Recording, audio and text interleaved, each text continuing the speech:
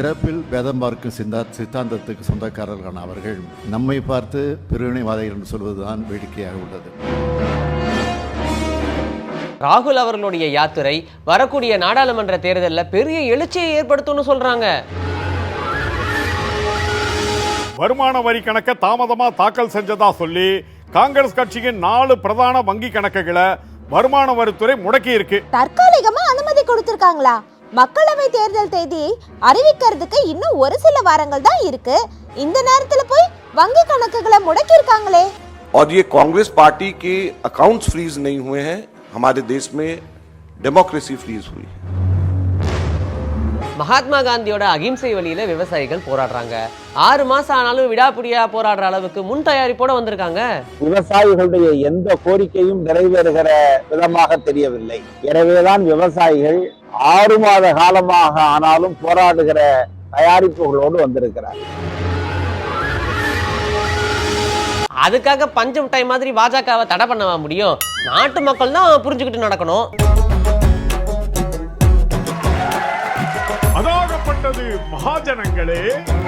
ஏன்பா தம்பி, பஸ்ல யாரையுமே காணோம், கண்டக்டர் கூட இல்லையே, நாங்க யாருகிட்ட டிக்கெட் எடுக்கிறது? பஸ் ஓட்ட தெரியுற எனக்கு டிக்கெட் கொடுக்க தெரியாதா? அமைதியா வாங்க, எல்லாம் பிரச்சனை இல்லாம நடக்கும். இதுல என்னங்க பிரச்சனை இருக்கு? நீங்க உங்க கடமையை செய்றீங்க, நாங்க எங்க கடமையை செய்ய கேக்குறோம். கடமையே செய்யலாம், ஆனா கடமைக்கு செய்யக்கூடாது. ஹலோ, என்ன பஞ்ச் டேலாக்கா? எனக்கு பஞ்ச் டேலாக்கும் பிடிக்காது, பாலிடிக்ஸும் பிடிக்காது. பிடிக்காதனாலும் நம்மளை எதுவும் விடுற மாதிரி தெரியல. நாம பாட்டுக்கு நம்ம வண்டியை ஒழுங்கா ஓட்டினாலும் எதிர்த்தாப்புல வர அராத்துங்க ஒழுங்கா வண்டியை ஓட்டணுமே. கரெக்டா சொன்னீங்க. காங்கிரஸ் கட்சியோட கணக்க பாஜக அரசாங்கம் வருமான வரித்துறையை விட்டு முடக்கின மாதிரி. தம்பி, பாலிடிக்ஸ் பிடிக்காதுன்னு சொல்லிட்டு பயங்கரமா பேசுறீங்க. அவர் பேசுறது இருக்கட்டும், எதுக்காக காங்கிரஸ் கட்சியோட வங்கி கணக்கை முடக்கி வச்சாங்க? வருமான வரி கணக்கை தாமதமா தாக்கல் செஞ்சதா சொல்லி காங்கிரஸ் கட்சியின் 4 பிரதான வங்கி கணக்குகளை வருமான வரித்துறை முடக்கி இருக்கு. காங்கிரஸ் முறையீடு செஞ்சதுனால இந்த நடவடிக்கையை தற்காலிகமா ரத்து செய்துள்ள வருமான வரி மேல்முறையீட்டு தீர்ப்பாயம் வங்கி கணக்குகளை பயன்படுத்திக்க அனுமதி கொடுத்திருக்கு. தற்காலிகமா அனுமதி கொடுத்திருக்காங்களா? மக்களவை தேர்தல் தேதி அறிவிக்கிறதுக்கு இன்னும் ஒரு சில வாரங்கள் தான் இருக்கு. இந்த நேரத்துல போய் வங்கி கணக்குகளை முடக்கி இருக்காங்களே. இதுக்கு பேரு தாங்க பாஜக பாலிடிக்ஸ். இதை பத்தி காங்கிரஸ் கட்சியோடைய பொருளாளர் அஜய் மாகான் சொல்லும்போது, இது வெறும் காங்கிரஸ் கட்சியோடைய கணக்கு முடக்கம் மட்டும் கிடையாது, ஜனநாயகத்தையே முடக்கினதுக்கு சமம் அப்படின்னு சொல்லியிருக்காரு. தேர்தலுக்கான அறிவிப்பு வெளியாகிறதுக்கு இன்னும் 1 மாசமே இருக்கிற நிலையில முக்கிய எதிர்கட்சியோடைய கணக்கை முடக்கி நாட்டுல ஒற்றை கட்சி ஆட்சி அமைக்க திட்டமானு இன்னும் நிறைய கேள்வி வச்சிருக்காரு. कांग्रेस पार्टी के अकाउंट्स फ्रीज कर दिए गए हैं. हमारे देश में लोकतंत्र पर तालाबंदी हो गई है और ये कांग्रेस पार्टी के अकाउंट्स फ्रीज नहीं हुए हैं, हमारे देश में डेमोक्रेसी फ्रीज हुई है. ஆமாங்க, இது ரொம்ப சர்வாதிகார போக்கால இருக்கு. பெரும் முதலாளிகள் கிட்டையும் நிறுவனங்கள் கிட்டையும் தேர்தல் நிதிங்கிற பேர்ல ஏகப்பட்ட பணத்தை வாங்கி குவிச்சிருக்கு பாஜக.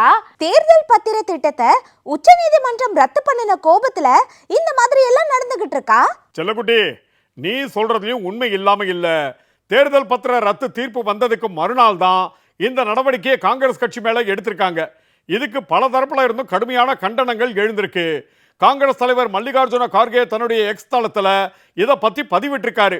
அதுல நாட்டின் மிகப்பெரிய எதிர்கட்சியான தேசிய காங்கிரசின் கணக்குகளை அதிகாரமிக்க மோடி அரசு முடக்கி இருக்கு, இது இந்திய ஜனநாயகத்தின் மீதான ஆழமான தாக்குதல் அப்படின்னு குறிப்பிட்டிருக்காரு.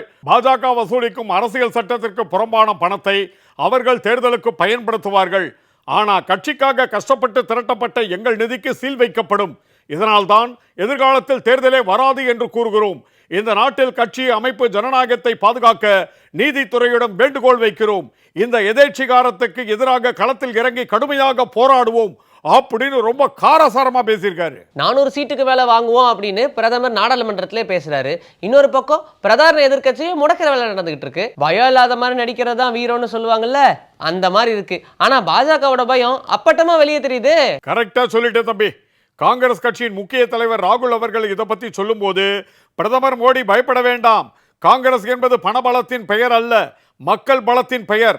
சர்வாதிகாரத்தின் முன் நாங்கள் எப்போதும் ஒருபோதும் பணிந்ததில்லை, தலை வணங்கவும் மாட்டோம், இந்தியாவின் ஜனநாயகத்தை காக்க காங்கிரஸ் போராடும் அப்படின்னு சொல்லியிருக்காரு. कांग्रेस पार्टी हमारे नेता बने वो सब मुस्कुरा रहे हैं और बीजेपी के नेताओं को चेहरा देखो, नरेंद्र मोदी को देखो, अमित शाह को देखो, राजनाथ सिंह को देखो तो चेहरा ऐसे होता है। ராகுல் காந்தி சூப்பரா தான் சொல்லியிருக்காரு. பீகார்ல நியாய யாத்திரை மேற்கொண்ட ராகுல் காந்தியை உட்கார வச்சு பீகார் மாநில முன்னாள் துணைத் தலைவரும் ராஷ்டிரிய ஜனதா தள தலைவருமான தேஜஸ்வி யாதவ் ஜீப் ஓட்டின காட்சி பயங்கர வைரல் ஆகியிருக்கு பாத்தீங்களா? ராகுல் அவர்களுடைய யாத்திரை வரக்கூடிய நாடாளுமன்ற தேர்தலில் பெரிய எழுச்சியை ஏற்படுத்தும்னு சொல்றாங்க. இன்னைக்கு பிரதமர் மோடியோட தொகுதியில தன்னுடைய யாத்திரையை தொடங்கியிருக்காரு. புனித தலமான காசிலையும் வழிபாடு பண்ணியிருக்காரு. ஆமா தம்பி, ராமர் கோவிலை திறந்து வச்சதை மட்டுமே பாஜகவோட சாதனையா சொல்லிக்கிட்டு திரிகிறாங்க. பக்தியும் வழிபாடும் ஒவ்வொருத்தருடைய தனிப்பட்ட உரிமை. அதை வச்சு அரசியல் பண்றது பெரிய ஆபத்தா முடியும். உண்மையிலேயே மக்களுக்கு நல்லது பண்ணணும்னு நினைச்சா ரோட்ல நின்று போராடுற விவசாயியோட பிரச்சனைக்கு ஒரு முற்றுப்புள்ளி வைக்கணுமா இல்லையா? கரெக்டா சொல்றீங்க. ஏற்கனவே நடந்த 3 கட்ட பேச்சுவார்த்தையிலையும் தீர்வு எட்டப்படல. இப்ப 4ஆம் கட்ட பேச்சுவார்த்தைக்காக விவசாயிகள் தங்களுடைய பேரணியை 2 நாட்களுக்கு நிறுத்தி வச்சிருக்காங்க. மகாத்மா காந்தியோட அகிம்சை வழியில விவசாயிகள் போராடுறாங்க. 6 மாசம் ஆனாலும் விடாப்பிடியா போராடுற அளவுக்கு முன் தயாரிப்போட வந்திருக்காங்க. இந்த போராட்டத்தை பத்தி தமிழ்நாடு காங்கிரஸ் கமிட்டி தலைவர் திரு KS அழகிரி அவர்கள் என்ன சொல்றான்றத பாருங்க. மகாத்மா காந்தியினுடைய அகிம்சையை வன்முறையற்ற ஒரு போராட்டத்தை நடத்தி உலகையே வியக்க வைத்தார்கள். அதனுடைய அடிப்படையில 3 அவசர வேளாண் சட்டங்களை திரும்ப பெற்றார் மோடி. ஆனால் திரும்ப பெற்றாரே ஒழிய விவசாயிகளுடைய எந்த கோரிக்கையும் நிறைவேறுகிற விதமாக தெரியவில்லை. எனவேதான் விவசாயிகள் 6 மாத காலமாக ஆனாலும் போராடுகிற தயாரிப்புகளோடு வந்திருக்கிறார். விவசாயிகள் வர வண்டிக்கு முள்மெத்தை விரிக்கிறீங்க, ஆனா கார்பரேட்டுகளுக்கு சிவப்பு கம்பளம் விரிக்கிறீங்க அப்படின்னு அமைச்சர் அன்பில் மகேஷ் அவர்கள் கூட பேசியிருக்காரு. இங்க பயங்கரவாதிகள் யாரு, மத்திய அரசா இல்ல விவசாயிகளா அப்படின்னு கூட அவர் கேள்வி எழுப்பியிருக்காரு. வருகின்ற வண்டிகளை எப்படி வழிமறிக்கிறார்? அங்கே புகை குண்டுகளை வீசப்படுகின்றது, காவலர்கள் மூலமாக அடக்கப்படுகிறார்கள். முள்ளு மெத்த வண்டியெல்லாம் உள்ள வந்துடக்கூடாது, முள்ளு மெத்தையை விரிச்சு போட்டு அந்த வண்டியெல்லாம் வர முடியாம. கார்பரேட்டுக்கு ரத்தின கம்பளம் இருக்கிறீங்க, ஆனா எங்களுடைய உழவர்களுக்கு இது போன்ற முள்மெத்தையை விரித்து அவர்களை அடக்குகின்ற அந்த பணியில் தான் நீங்க இருக்கீங்களே தவிர, இன்றைக்கு இது போன்ற பயங்கரவாதிகள் யாரு, உழவர்களா இல்ல மத்திய அரசுக்கு ஆண்டு கொண்டிருக்கின்ற பாசிச பாஜகவா என்கின்ற கேள்வியை தான் இந்த நேரத்தில் நான் எழுப்ப நினைக்கின்றேன். இந்திய கம்யூனிஸ்ட் கட்சியின் மாநில செயலாளர் முத்தரசன் அவர்களும் இந்த விவசாயிகள் போராட்டத்தை பத்தி பேசியிருக்காரு. அதையும் பாருங்க. விவசாயிகளின் மீது மிக கடுமையான அடக்குமுறை போரை ஒன்றிய அரசாங்கம் மேற்கொண்டு இருக்கிறது. இது கிட்டத்தட்ட ஒரு ஜனநாயகத்தில் நம்பிக்கையுள்ள அரசு அல்ல, சர்வதிகார பாசிச கொள்கையில் நம்பிக்கையுடைய அரசு என்பதை பலமுறை நிரூபித்திருக்கிறது.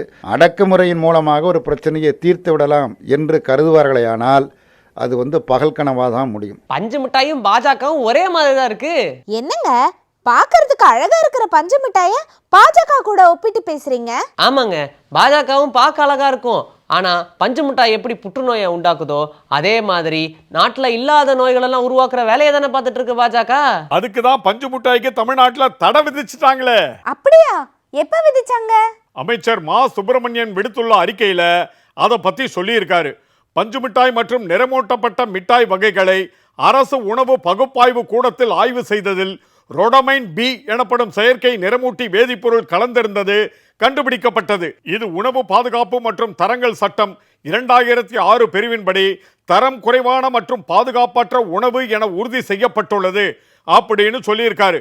உணவு பாதுகாப்பு மற்றும் தரங்கள் சட்டம் 2006 பிரிவின்படி ரோடமைன் பி எனப்படும் செயற்கை நிறமூட்டியை கொண்டு உணவுப் பொருட்கள் தயாரித்தல், பொட்டலமிடுதல், இறக்குமதி செய்தல், விற்பனை செய்தல், திருமண விழாக்கள் மற்றும் பொது நிகழ்வுகள் ஆகியவற்றில் பரிமாறுதல் ஆகியவை தண்டனைக்குரிய குற்றமாகும். மேலும் இது குறித்து ஆய்வு செய்து கடுமையான நடவடிக்கை எடுக்க உணவு பாதுகாப்பு துறை அதிகாரிகளுக்கு உத்தரவிடப்பட்டுள்ளது அப்படின்னு தெரிவிச்சிருக்காரு. அதுக்காக பஞ்சு மிட்டாய் மாதிரி பாஜகவை தடை பண்ணவா முடியும்? நாட்டு மக்கள் தான் புரிஞ்சுக்கிட்டு நடக்கணும். நாட்டுல இருக்கிற எல்லா மக்கள் கிட்டையும் சமமா நடந்துக்கிட்டா எதுக்கு பாஜகவுக்கு இந்த அவப்பெயர் வரப்போகுது? நாட்டுல சிறுபான்மையின மக்களுக்கு ஆதரவா நடந்துக்கணும்ல. சிறுபான்மையின மக்களுக்கு ஆதரவா பல அறிவிப்புகளை இன்னைக்கு முதலமைச்சர் ஸ்டாலின் வெளியிட்டிருக்காரு. குறிப்பா சிறுபான்மையின மாணவர்களுக்கு கல்வி உதவித்தொகை அறிவிப்பை வெளியிட்டிருக்காரு. சிறுபான்மையின மாணவர்களுக்கு 5 லட்சம் ரூபாய் வரைக்கும் கல்வி கடன் வழங்கப்படும் அறிவிச்சிருக்காரு. சிறுபான்மையினரின் கல்லூரி ஆசிரியர் பணியிடங்களில் UGC மற்ற அரசு விதிக்கு உட்பட்டு தேர்வு செய்யப்பட்ட ஆசிரியர்களுக்கு பல்கலைக்கழகம் மற்றும் அரசால் நியமனம் அங்கீகாரம் அளிக்க நடவடிக்கை எடுக்கப்பட்டு வருகிறது. விரைவில் வழங்கப்படும். தமிழ்நாடு சிறுபான்மையினர் பொருளாதார மேம்பாட்டுக் கழகம் கூட்டுறவு வங்கிகள் மூலம் சிறுபான்மையின மாணவர்களுக்கு வழங்கப்படும் கல்விக் கடன்கள் இனிமேல் ரூபாய் 5 லட்சம் வரை வழங்கப்படும். சிறுபான்மையின மக்களுக்கு வழங்கி வந்த கல்வி உதவித் தொகையினை ப்ரீ மெட்ரிக் ஸ்காலர்ஷிப் ஒன்றிய அரசு 2022-23 ஆண்டு முதல் 1 முதல் 8ஆம் வகுப்பு வரை பயிலும் சிறுபான்மையின மாணவியருக்கு நிறுத்திவிட்டது. ஒன்றிய அரசால் நிறுத்தப்பட்ட கல்வி உதவித் தொகையினை 1 முதல் 8ஆம் வகுப்பு வரை அரசு மற்றும் அரசு உதவி பெறும் பள்ளியில் பயிலும் முஸ்லீம் மாணவியர்களுக்கு தமிழக அரசு நிதி உதவியோடு வக்ஃப் வாரியம் மூலம் வழங்கப்படும் என்பதை மகிழ்ச்சியுடன் தெரிவித்துக் கொள்கிறேன். இன்றைய தினம் நாளிதழில் ஒன்றில் பேட்டியளித்துள்ள ஒன்றிய அமைச்சர் ஒருவர் பிரிவினையை தூண்டுகிறது திராவிட மாடல் என்று சொல்லியிருக்கிறார். இதைவிட சிறந்த நகைச்சுவை பேட்டி இருக்க முடியாது. பிறப்பில் பேதம் பார்க்கும் சித்தாந்தத்துக்கு சொந்தக்காரர்களான அவர்கள் நம்மை பார்த்து பிரிவினைவாதிகள் என்று சொல்வதுதான் வேடிக்கையாக உள்ளது. அனைவருக்கும் அனைத்தையும் கிடைக்க செய்யும் ஆட்சிதான் திராவிட மாடல் ஆட்சியாகும். மக்களவை தேர்தல் வரப்போகுது. தமிழ்நாட்டில் திமுக தலைமையிலான கூட்டணியை தவிர மற்ற கூட்டணி கட்சிகளை பத்தி எந்த ஒரு தெளிவான முடிவுக்கும் வர முடியலையே. அதிமுக தலைமையிலையும் பாஜக தலைமையிலையும் கூட்டணி செய்யறதுக்கு மற்ற கட்சிகள் இருக்காங்க. அதனால கடைசி நேரம் வரைக்கும் இழுபறி நீடிக்கும்னு தான் தோணுது.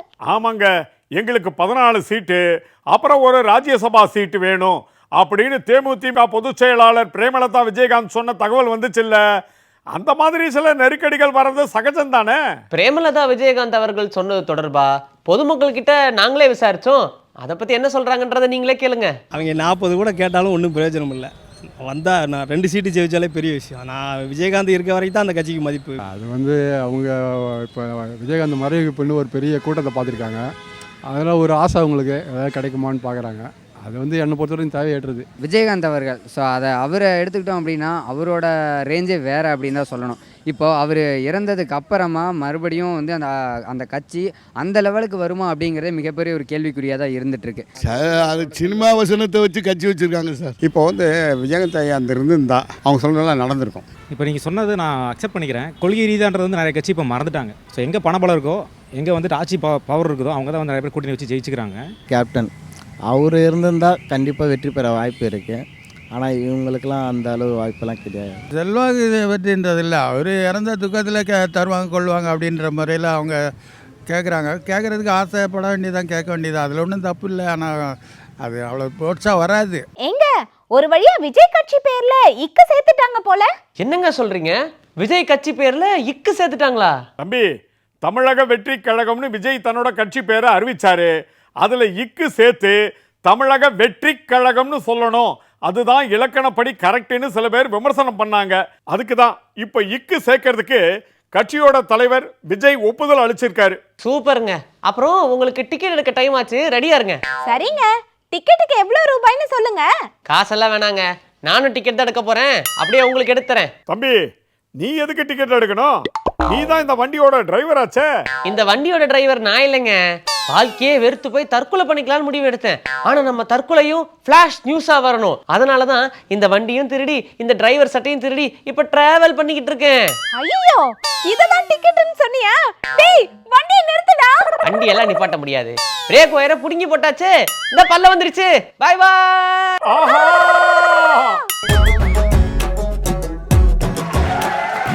அதாகப்பட்டது மகாஜனங்களே.